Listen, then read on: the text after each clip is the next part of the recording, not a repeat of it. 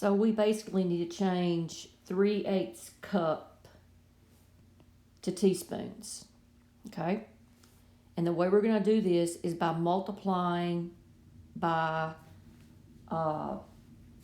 factors, or multiplying by something to change your units. You want to go from cups to teaspoons. And the way we're going to go from cups and then to tablespoons and then back to teaspoons. Okay? All right, so let's start out with 3/8 cups. Just put a C. And I want to multiply that by something, by a factor, where cups will cancel and we'll be left with tablespoons. So I'm going to multiply by a factor, and this cups is up in the top in the numerator, so that means I need to have a cup in the denominator so that those will cancel. And we're going from cups to tablespoons.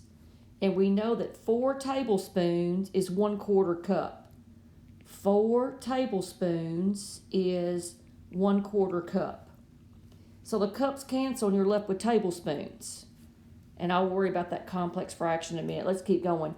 Now we're left with tablespoons. Let's go to teaspoons. What do I need to cancel?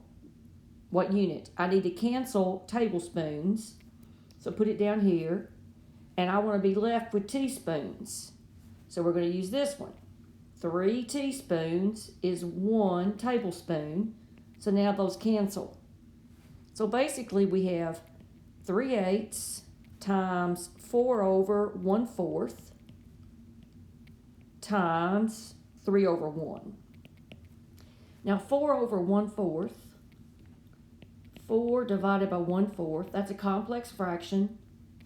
You've got a primary numerator and a primary denominator. And you've got a secondary denominator, which is this 4 here. Okay? So look at your secondary denominator and multiply top and bottom by that secondary denominator.